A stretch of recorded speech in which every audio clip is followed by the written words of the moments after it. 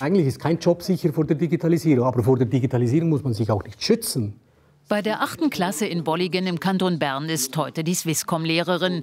Abgesehen von seinem Badge sieht man Michael Inalbon zwar nicht an, dass er von einem Unternehmen beauftragt ist, aber dies ist eine gesponserte Unterrichtsstunde. Arbeitsblätter, Materialien, alles von der Swisscom. Die Firma hofft, dass ihre Marke so positiv in den Köpfen der Schülerinnen und Schüler haften bleibt. Ist denn das nicht heikel, wenn man Schüler quasi für das missbraucht? Wir missbrauchen die Schüler nicht. Es ist absolut zentral, dass die Inhalte, die wir in den verschiedenen Kursen oder in den Lehrmitteln, die wir zur Verfügung stellen, neutral sind. Dass wir sowohl die positiven wie auch die negativen Aspekte adressieren.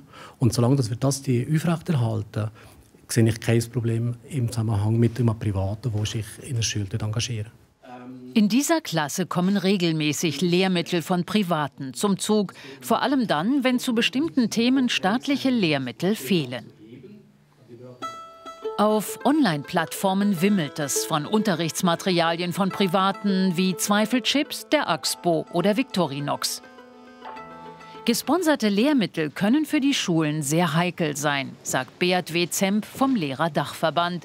Denn die Produktion solcher Lerneinheiten werde für Private zunehmend zum Business.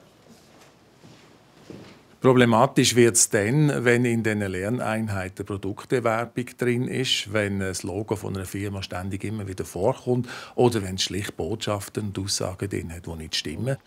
Etwa wenn die Kreditkarte einer Bank oder das Produkt eines Chipsherstellers auch auf dem Arbeitsplatz sind. Obligatorische Lehrmittel werden von kantonalen Kommissionen geprüft. Bei ergänzendem Unterrichtsmaterial ist dies aber nicht der Fall. Deshalb hat der Lehrerdachverband vor 2 Jahren Regeln definiert für private Lehrmittel. Diese Charta ist eine Selbstverpflichtung für diejenigen, die sie unterschreiben. Die Swisscom hat das getan und über 40 andere Unternehmen, Verbände, Organisationen. Das reicht den bürgerlichen Parteien mehrerer Kantone nicht. Die Charta konzentriere sich nur auf Unternehmen, sagt Marc Bourgeois von der Zürcher FDP. Dabei sei die politische Ausgewogenheit ebenso wichtig. Offensichtlich ist die Sensibilität da, dass man Schülerinnen und Schüler nicht als Werbeobjekt in dem Sinne missbrauchen. Und das ist auch richtig.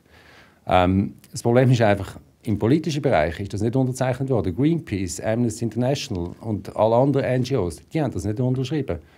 Die Zürcher FDP will die politische Ausgewogenheit im Bildungsgesetz verankern. Der Vorstoß kommt nächstes Jahr in den Kantonsrat. Auch in anderen Kantonen sind ähnliche Vorstöße hängig. NGOs wie Max Havelaar, Greenpeace oder Amnesty International, auch sie sind mittendrin im Lehrmittelbusiness. Laut Beat W. Zemp gilt die Charta auch für sie, auch wenn noch wenige NGOs sie unterschrieben haben. Ist man denn unkritischer gegenüber der Agenda von linken Organisationen?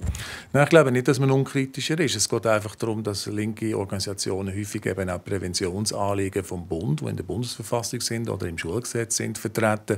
Und dann benutzen die Lehrpersonen auch die Unterlagen, sofern sie eben dieser Charta entsprechen. Nicht nur NGOs haben die Charta noch nicht unterschrieben, auch die FDP nicht. Die Partei bietet auf Online-Plattformen selbst eine Unterrichtseinheit an und will Schülern die Grundlagen der Politik näher bringen.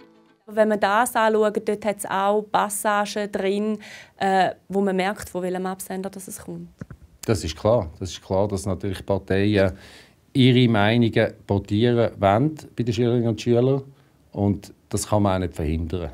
Aber was man verhindern kann, ist, dass Lehrpersonen die Meinungen dann eben nur einseitig einladen. Und das ist das, was wir sicherstellen wollen. Hauptverantwortlich für einen ausgewogenen Unterricht soll die Lehrperson sein. Darin sind sich der Lehrerdachverband und die FDP einig. Der Lehrer Thomas Meyer beobachtet die Stunde genau. Er glaubt nicht, dass sich die Lehrer einspannen lassen, sei es von NGOs oder von der Wirtschaft. Völlige Ausgewogenheit sei aber eine Illusion. Schulunterricht ist eigentlich nie neutral. Ich meine, auch wir Lehrer, wir sind auch nicht neutral, sondern wir haben ja unsere subjektive Sicht und die vertreten wir auch. Und wir können ja nicht losgelöst von der Gesellschaft Schule geben, sondern wir sind ein Teil von der Gesellschaft. Die Schüler dieser Klasse haben gleich selbst für Ausgewogenheit gesorgt und den Namen der Swisscom-Konkurrentin schon vor der Stunde an die Wandtafel geschrieben.